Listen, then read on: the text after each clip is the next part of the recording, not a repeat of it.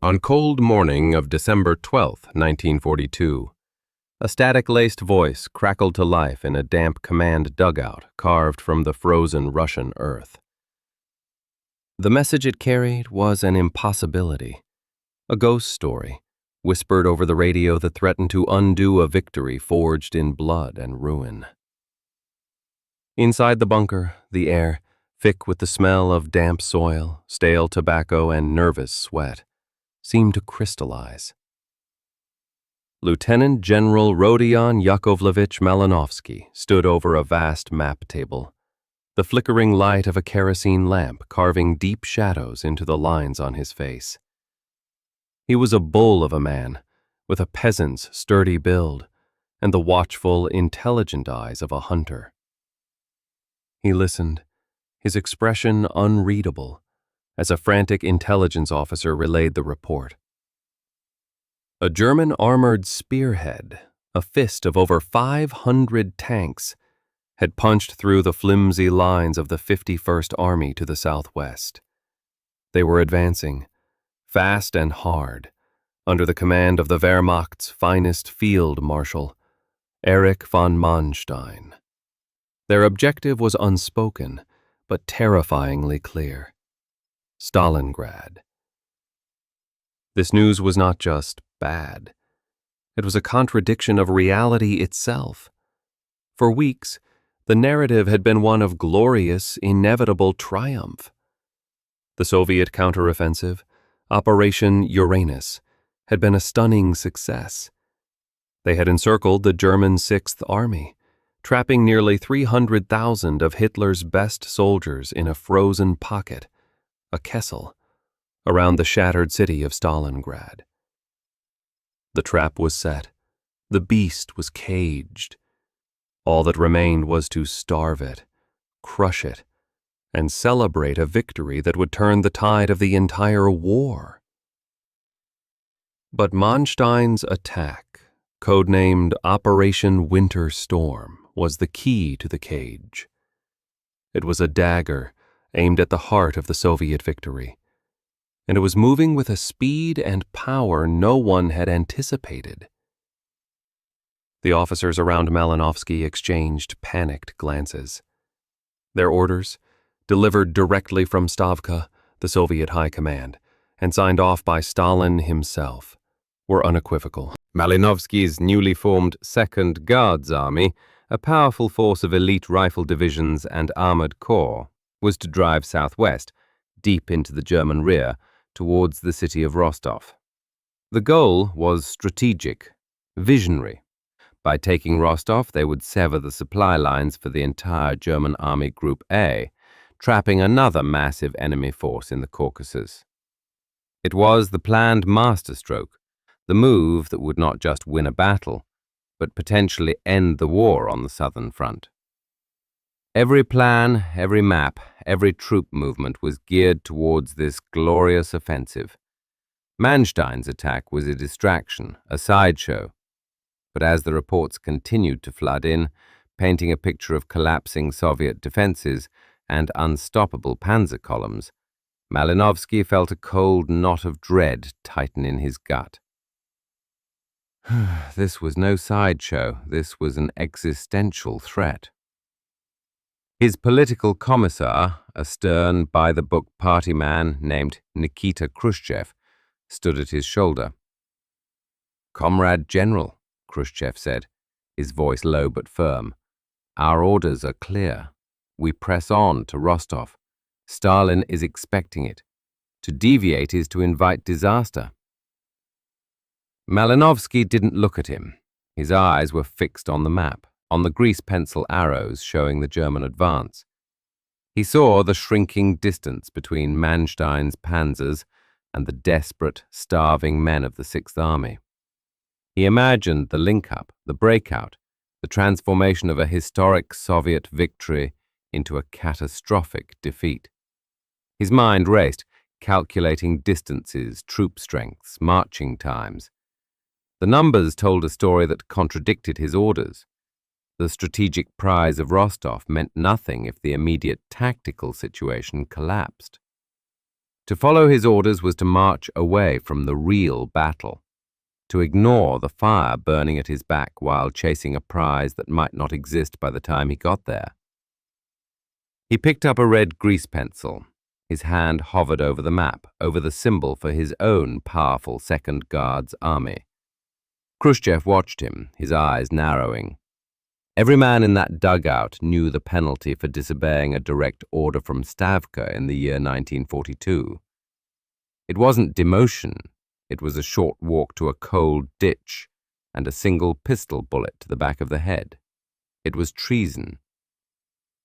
With a steady hand, Malinovsky drew a new arrow on the map. It did not point towards Rostov.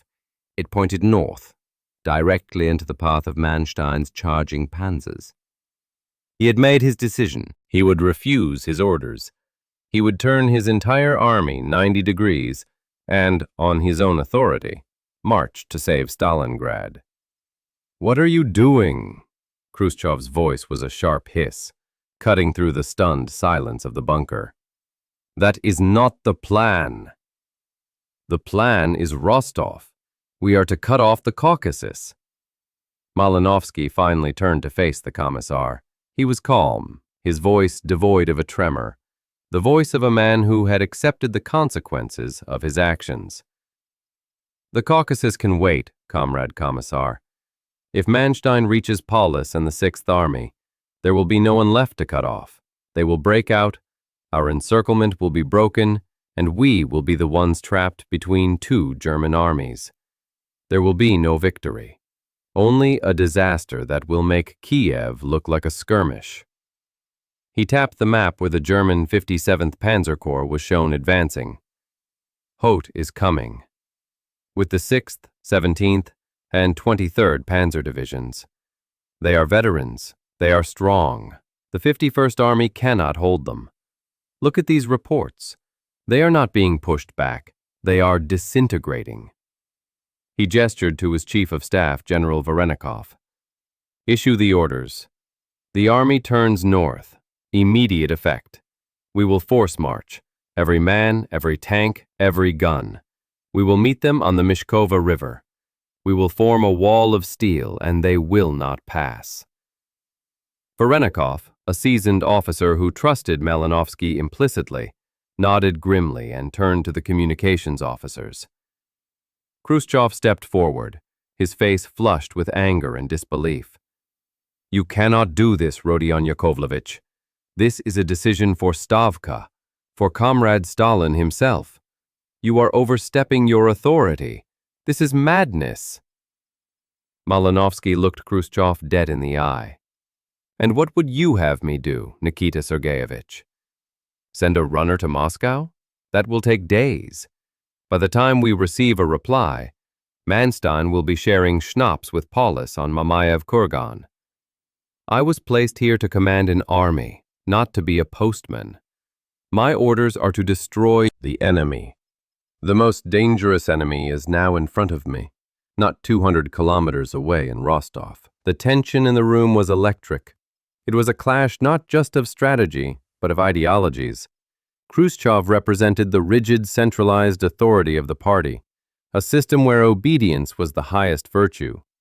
Malinovsky represented the grim pragmatism of the frontline commander, the man who had to react to the fluid, bloody reality of the battlefield. "I will report this," Khrushchev warned, his voice shaking with fury. "I will report this directly to Stalin." "Report what you must," Malinovsky replied, turning back to the map. "But first, help me win this battle. Then you can have me shot." With that, the argument was over. The gears of the great machine of the Second Guards Army began to grind and turn. The enemy, the most dangerous enemy, is now in front of me, not 200 kilometers away in Rostov. The tension in the room was electric. It was a clash not just of strategy, but of ideologies. Khrushchev represented the rigid, centralized authority of the party, a system where obedience was the highest virtue.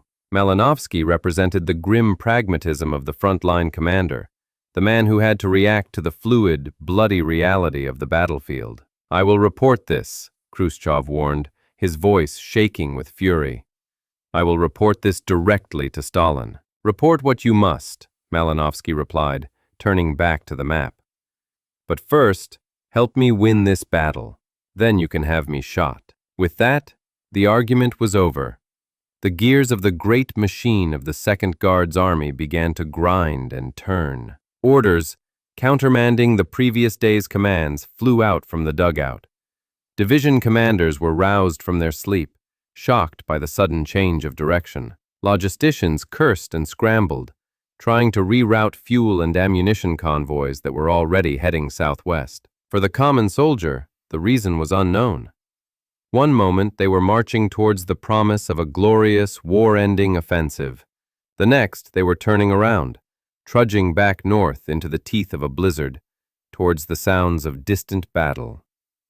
The great pivot had begun. An entire Soviet army, the strategic reserve of the Southern Front, was now engaged in a desperate race against time, a race initiated by one man's staggering act of defiance. The journey north was a special kind of hell, unique to the Russian winter. The Second Guards Army, numbering over 100,000 men and hundreds of tanks, was a river of steel and humanity flowing across an ocean of white. The temperature plummeted to 30 below zero. A brutal, relentless wind swept across the featureless steppe, driving snow into the eyes of the marching soldiers and piling it into deep drifts that could swallow a supply truck whole. There were no roads, only frozen tracks across the unforgiving landscape. The soldiers, the guardsmen, were the elite of the Red Army. They were better fed, better equipped, and more experienced than the conscripts who had been fed into the meat grinder of Stalingrad itself. But the winter was the great equalizer. It gnawed at them all. They marched in long, silent columns, heads bowed against the wind, their breath freezing into icicles on their scarves and beards. Their greatcoats, stiff with ice, offered little protection. Frostbite was a constant enemy, claiming fingers, toes, and ears. Sleep was a luxury, taken in short, shivering bursts in the back of trucks, or huddled together in snow pits. Food was frozen bread and whatever hot soup the field kitchens could manage to produce. For the tank crews, it was a mechanical nightmare. The diesel fuel for their T-34 tanks began to gel in the extreme cold.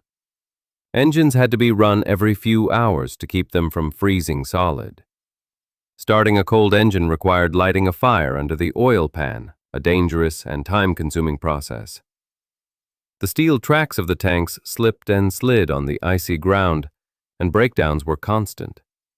Every stalled tank, every broken-down truck, was a small crisis that had to be overcome with brute force and frozen fingers.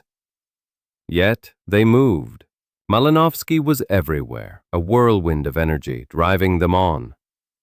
He moved from column to column in his command vehicle, his presence a source of grim inspiration. He shared black bread with riflemen. He helped tank crews wrestle a broken track back into place. He stood on the running board of a truck and roared encouragement at the exhausted men. He knew that this was a race, and the stakes were absolute. Every hour lost was a kilometer gained by Manstein's panzers. He had gambled his life on this decision, and he would not lose because of a frozen fuel line or a snowdrift.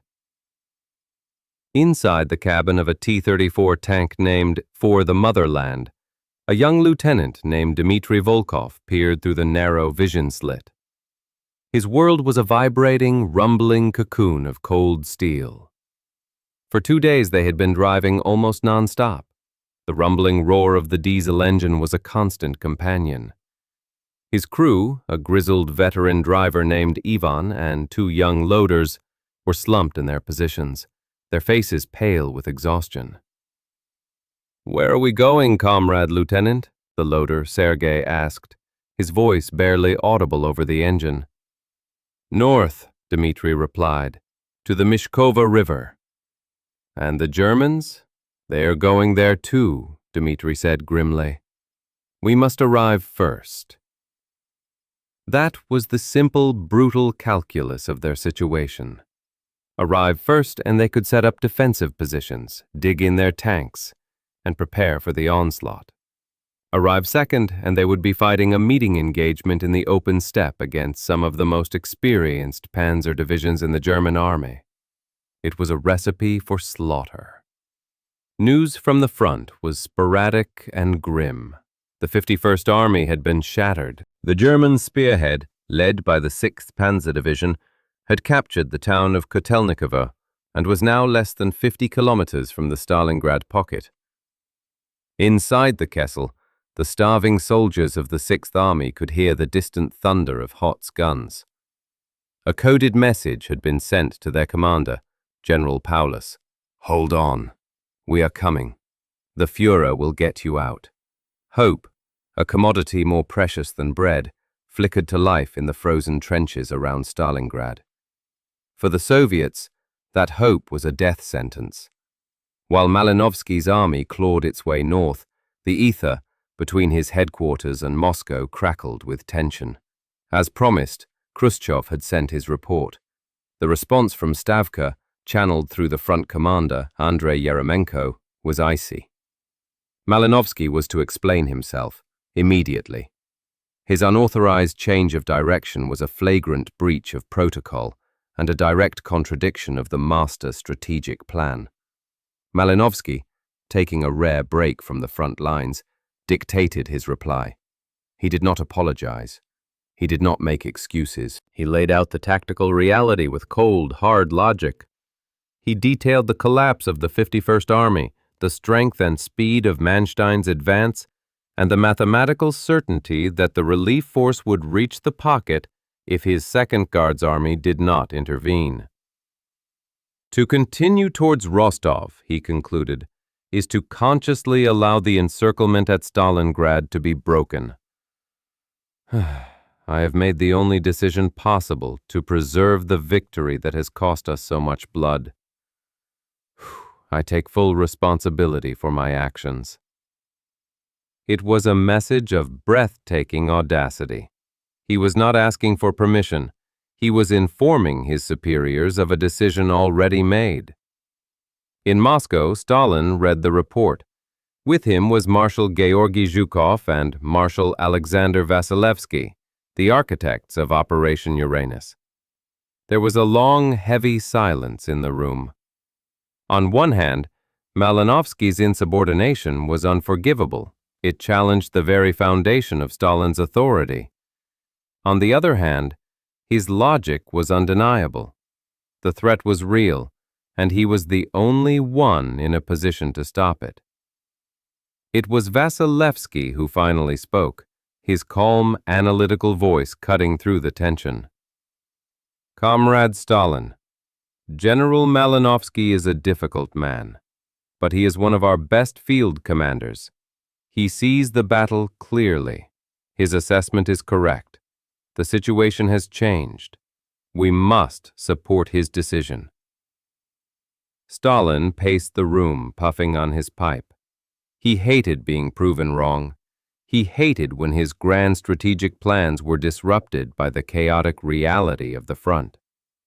But more than that, he hated to lose. The prestige of the Soviet Union and his own personal prestige was tied to the fate of Stalingrad. A German breakout would be a humiliation of unimaginable proportions. Very well, Stalin finally grunted. Let him have his battle. Tell him he is to hold the Myshkova line at all costs. But Vasilevsky, Stalin added, pointing the stem of his pipe at the marshal. If he fails, it is not just his head. It is yours. Vasilevsky nodded. He understood the stakes. He immediately flew south to personally oversee the situation. The race was now not just against the Germans, but against the judgment of history. Back on the steppe, the lead elements of the Second Guards Army finally reached the Myshkova River on December 18th. They had marched nearly 200 kilometers in less than 5 days, in the most appalling winter conditions. It was a monumental feat of arms and endurance. But there was no time for rest. The men were exhausted, their faces gaunt and gray, but they set to work immediately. The Myshkova was little more than a frozen stream, but its western bank was higher, offering a good defensive position. They began to dig. They hacked at the iron-hard ground with picks and shovels, creating trenches and gun emplacements. The T-34s of Lieutenant Dmitry Volkov's brigade rumbled into hull-down positions, their long 76mm guns pointing southwest, waiting. Anti-tank guns were wheeled into place, camouflaged with snow and dead weeds. They had arrived just in time. The next day, on December 19th, the horizon to the southwest filled with dark shapes. Manstein's panzers had arrived. The battle for Stalingrad's salvation was about to begin.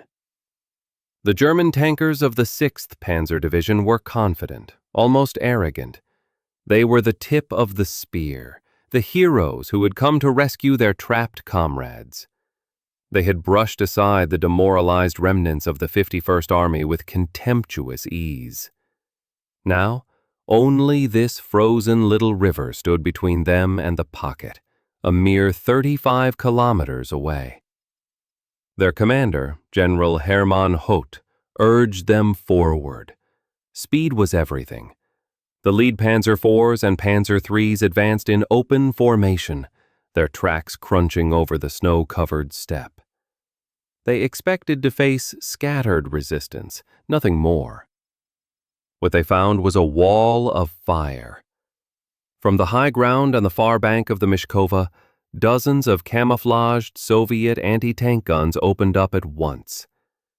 The sharp crack of the 76mm guns echoed across the valley. The German tanks were caught in the open. The first volley was devastating.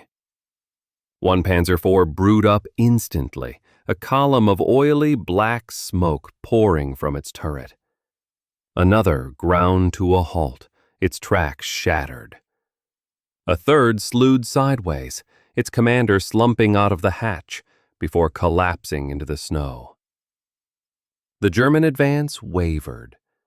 From their hull-down positions, Dmitry Volkov and his fellow T-34 commanders joined the fray.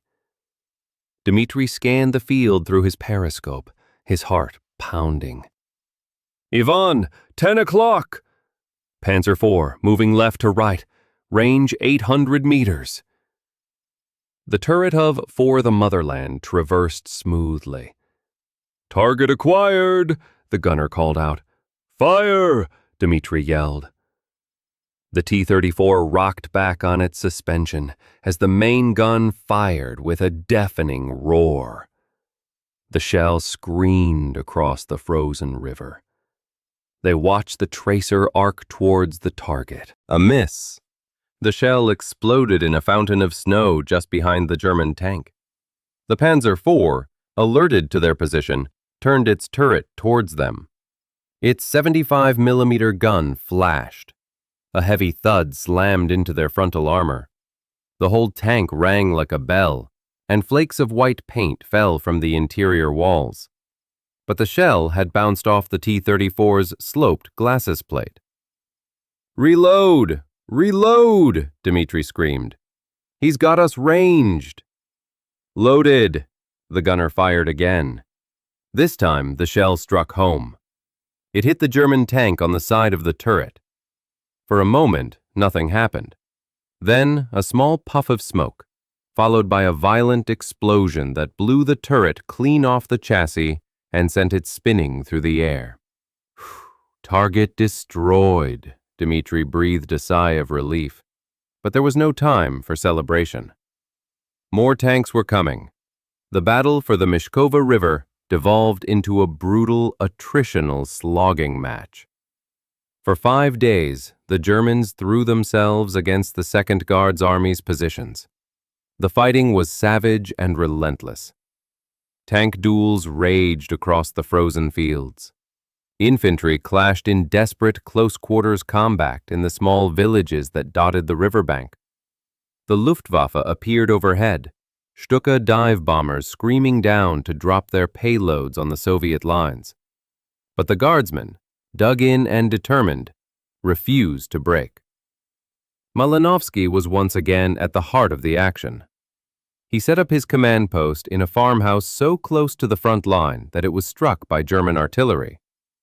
He seemed to be fueled by pure nervous energy, directing reinforcements, coordinating artillery strikes, and constantly demanding updates from his sector commanders.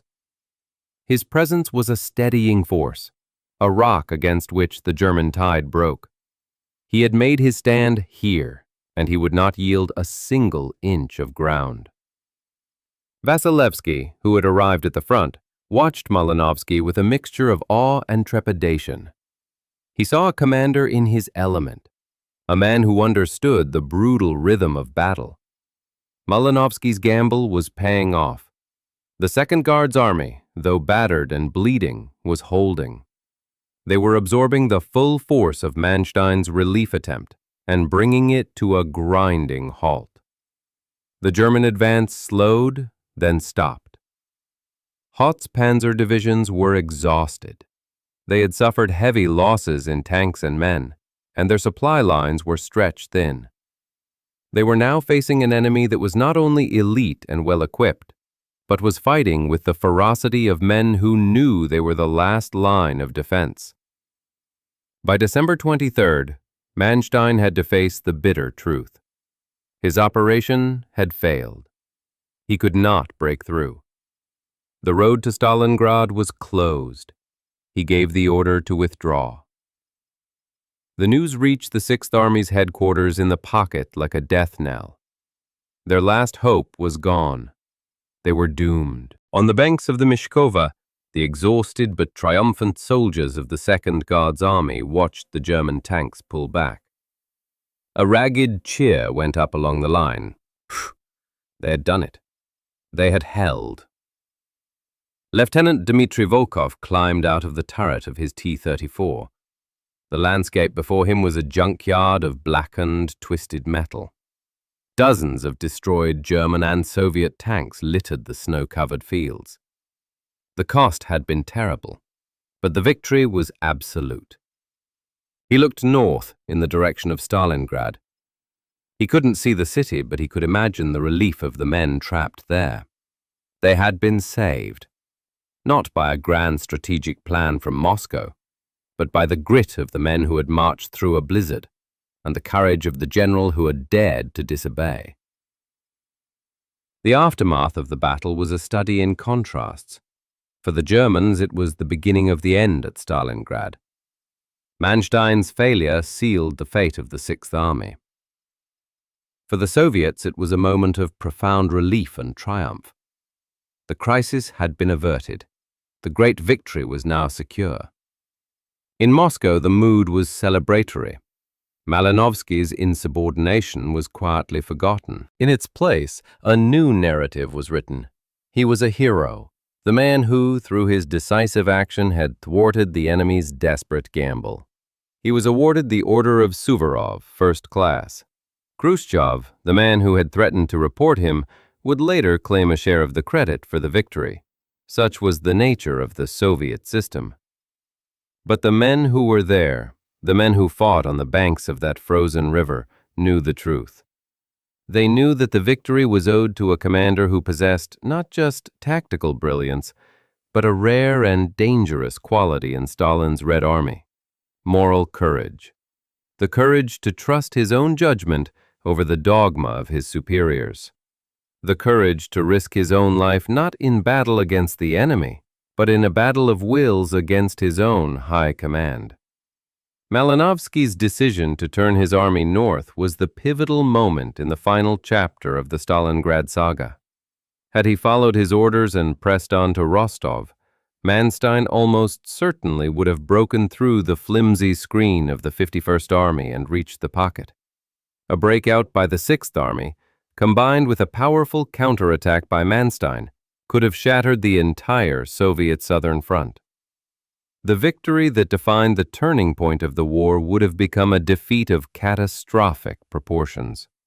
It is no exaggeration to say that this single act of disobedience, This one commander's refusal to follow the grand plan saved Stalingrad. The story of Rodion Malinovsky is a powerful reminder that history is not always made by grand strategies and meticulous plans hatched in distant capitals. Sometimes, it is forged in the chaos and confusion of the battlefield, by commanders who have the clarity of vision to see what must be done, and the extraordinary courage to do it, regardless of the personal cost. He was the commander who refused his orders, and in doing so, he etched his name into the annals of history as the man who, in its darkest hour, single-handedly saved the victory at Stalingrad.